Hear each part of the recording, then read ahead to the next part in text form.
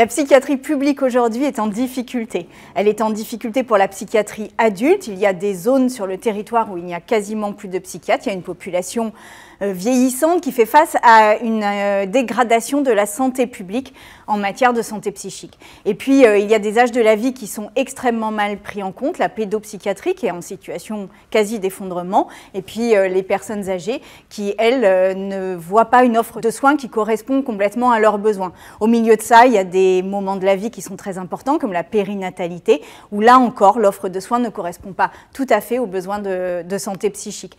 Donc, face à cela, on a découvert une situation qui est quand même difficile parce qu'il y a beaucoup de souffrance au travail dans le secteur de la psychiatrie publique. Donc, comment on fait pour trouver la manière de redynamiser ce secteur-là, de répondre aux besoins, de limiter les pertes de chance des patients et de faire en sorte qu'il y ait les briques de base du système de soins, que sont le CMP et le secteur, qui soient renforcés par les politiques publiques.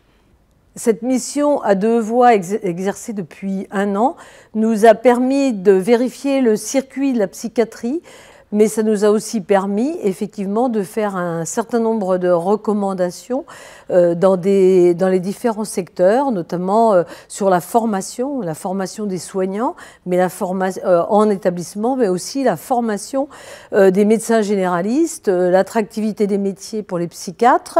On a vu quand même dans certains secteurs des lieux où l'activité de psychiatrie était plutôt bien prise en compte, fonctionnait bien avec des consultations adaptées, et puis des secteurs où ça ne marchait pas du tout, où il y avait effectivement pas de circuit, pas de professionnels de santé et peu d'accompagnement. Donc ça nous permet aussi d'insister sur tout ce qui peut accompagner les personnes dans leur parcours de soins du début jusqu'à la fin et éviter des circuits inadaptés et permettre aux professionnels de mieux fonctionner.